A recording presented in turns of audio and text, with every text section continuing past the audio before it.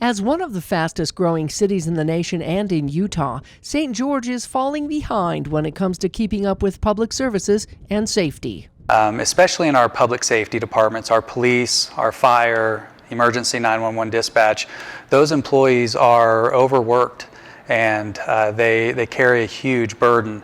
The city is hoping to change that by increasing the 2023 fiscal year budget to accommodate more law enforcement, fire stations, and personnel with a new plan over the next 5 years. We're behind. There's no question right now. We're behind in public safety, and there's a need to invest. What we've done is we've put together a plan. It's a multi-year plan for public safety. It's called Safe St. George. Over the next 5 years, we plan to hire 36 new firefighters, 68 new employees in our police department. Those are both civilian and sworn positions.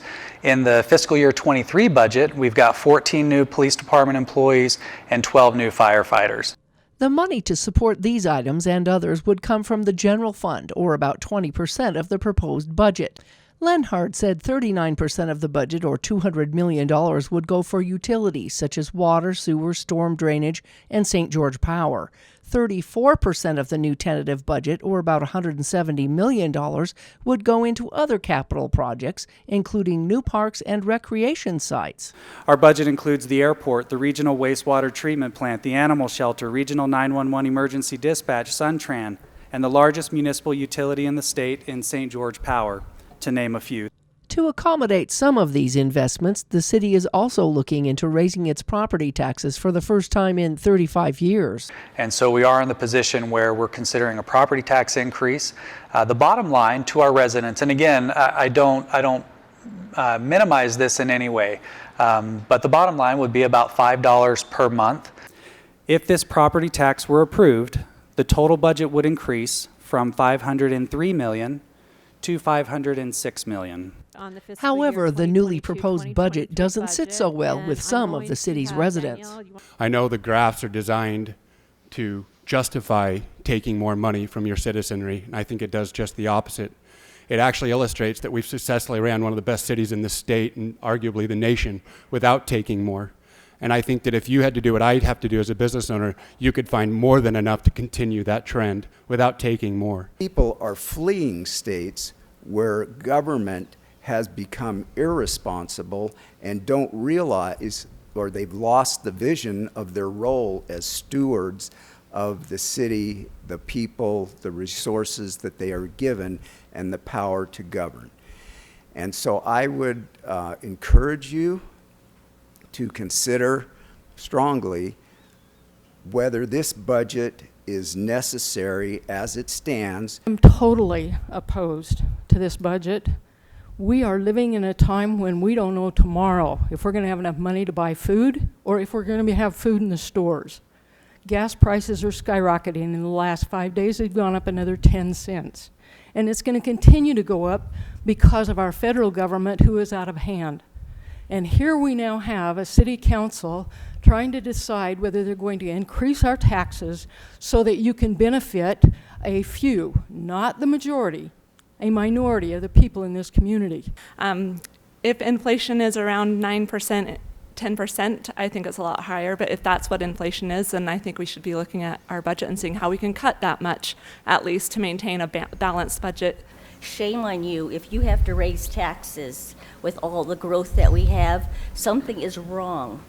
And I don't use the bike paths, I don't use the trails, I walk my neighborhood just like Patricia Kent, and I don't play pickleball. However, others stress the importance of the investments in public safety and parks and recreation. I'm a property owner who is happy to pay taxes for government services. We need our services and we have to pay for them, and that's all there is to it. Otherwise, we don't get them. In the face of that growth, to consider reducing or defunding these programs that are so vital to what contributes to our quality of life would be foolish. It's absolutely the wrong time to consider that kind of a budget move.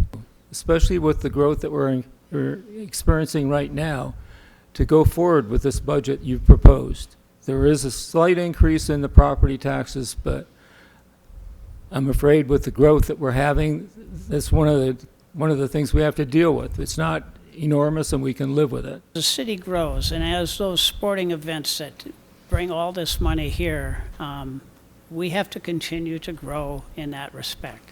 And as far as the softball diamonds and pickleball courts and what have you, all that generates money, and that's what helps this city thrive. I look at the parks, recreation, and arts as kind of like the cherry on top.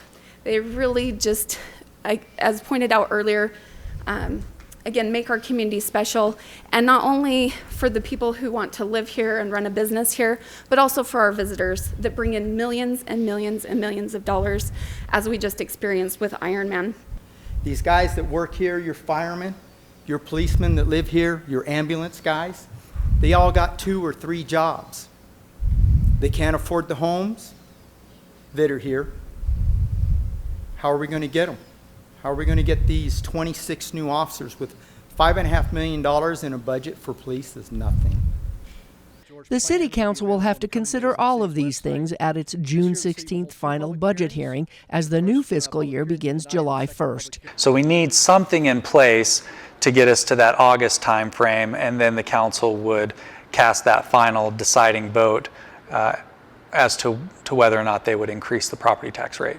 In St. George, Melissa Anderson, Community Education News.